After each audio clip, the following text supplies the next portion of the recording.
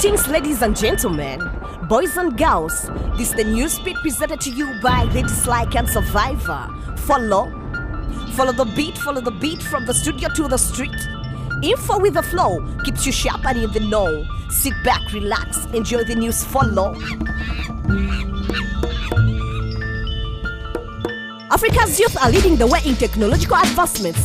There's a vibrant scene of startup businesses on the continent, contributing to their local economies and creating job opportunities, using technology to solve the day-to-day problems in their communities. Yoza, a locally developed Android app which offers laundry services, gets laundry attendance to the client's premises. Most of its users are professionals and students from university colleges who can choose from the available laundry packages. The app, founded by Nicholas Kamanzi, Isaac Chuka, Subuga Hassan and Solomon Chitumba, was designed to offer affordable laundry services by professional cleaners to the customers. It charges 80,000 shillings over a period of 4 months for students, while a 3-month standard wash is 100,000 for regular clients. Consumers can also prepay for the laundry services. It also has a premium package, which includes house cleaning and ironing of clothes. The app also allows clients to review and recommend good cleaners to their friends.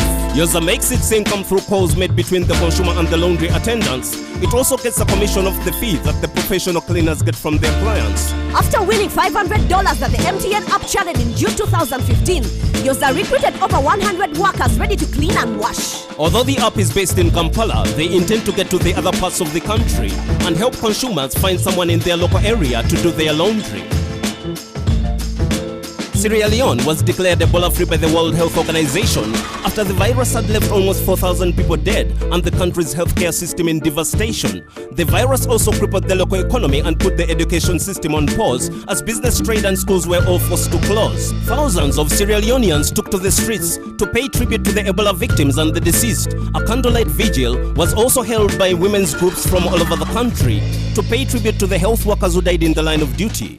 When Ebola first emerged in Sierra Leone, the people thought it was a curse. Rumors of doctors injecting patients with Ebola also contributed to the spread of the virus, so many people opted to consult traditional healers. And although traditional healers were ignored by the authorities, they helped to educate the masses about the disease. Before the epidemic, the country's healthcare system was already in a sorry state. Sierra Leone has the highest child mortality rate.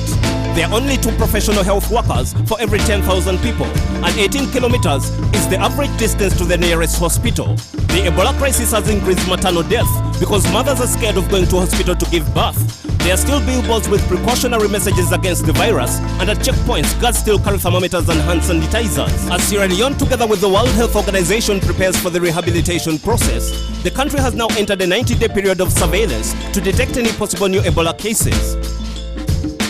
A lot has been said about Africa's poor governance. Our reporter Oki Forever presents a leader with a difference.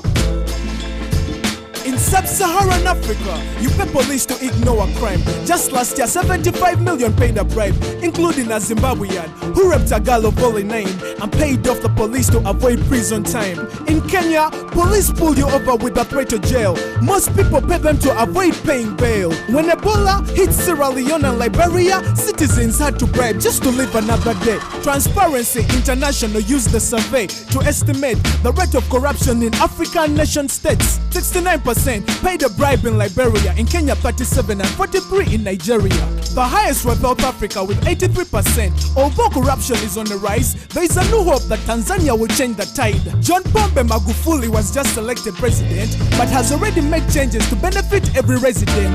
At Muhimbili National Hospital, he found broken machines, patients on the floor, and lack of doctors on the scene. He fired the hospital's director and appointed a new head. He bought new beds, and in 3 days the machines were repaired. On Independence Day, the country worked as a team to reduce cholera outbreaks and to keep the country clean. All Africa knows that Tanzania is on the rise, and if they want to reduce corruption and improve, they only got to ask, what would Magufuli do?